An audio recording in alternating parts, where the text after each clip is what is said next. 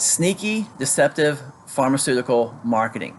But the blame does not lie solely on Big Pharma or your veterinarian. You're going to have to take some responsibility here too.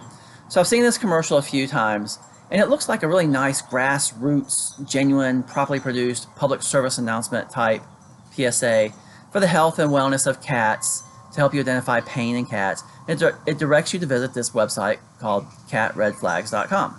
So in the commercial, the PSA, and on the website, nowhere, except at the very, very bottom, nowhere do they mention a drug name or the pharmaceutical company.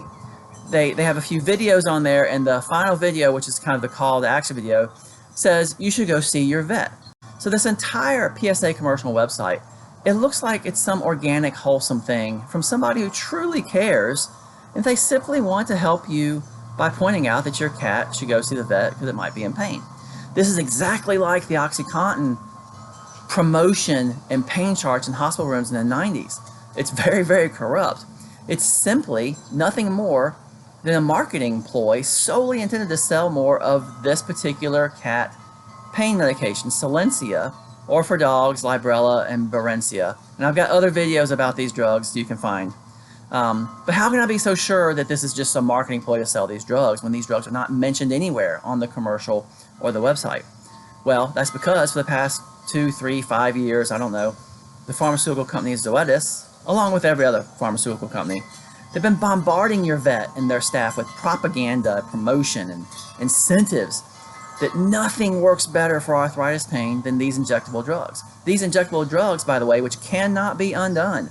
You can't undo the negative effects of them after you've given them. But they convinced the vet clinic and the vet staff that the veterinarian would almost be guilty of malpractice if he were to withhold these miracle pain drugs from your pet. Again, it's exactly like OxyContin in the 1990s. And I think the miniseries Dope Sick on Hulu really portrays this beautifully. So back to the commercial and the website. They show these healthy young cats, not old, stiff, arthritic cats, because the young cats are cuter and they're more aesthetically pleasing. You don't want to look at a commercial or a website with a bunch of decrepit, old, scraggly, geriatric cats who can't move well. Although that's exactly who this drug is approved for. So this is a common, basic, brilliant marketing ploy. And it's just like the commercials you see on TV for human drugs for cancer and eczema and things like that. They want the people or the cats in the commercial to look vibrant and healthy and young and energetic. They want it to look like this drug has changed their lives for the better. And that gets the message into your subconscious that these drugs are going to make you or your cat vibrant and healthy again.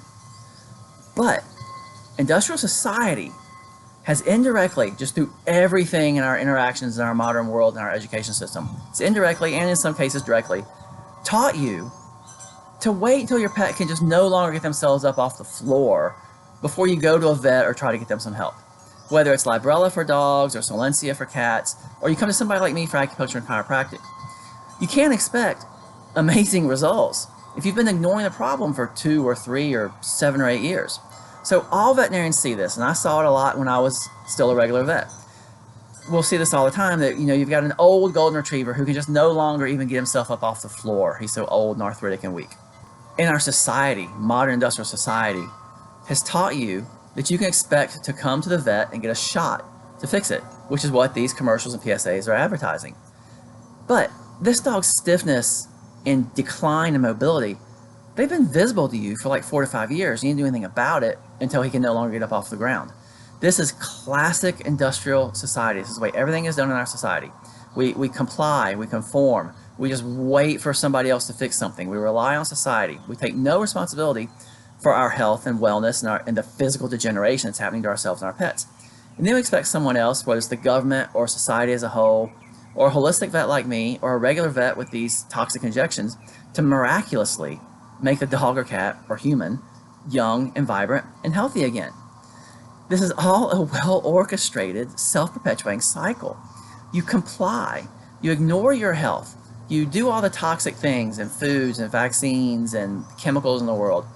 You absorb all these things, making you and your pet unhealthy.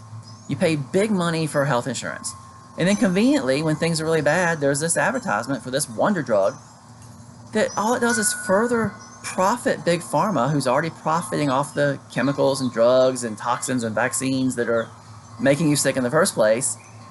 But these injections, they can have tragic, debilitating, life-ending consequences for many of the pets who receive them.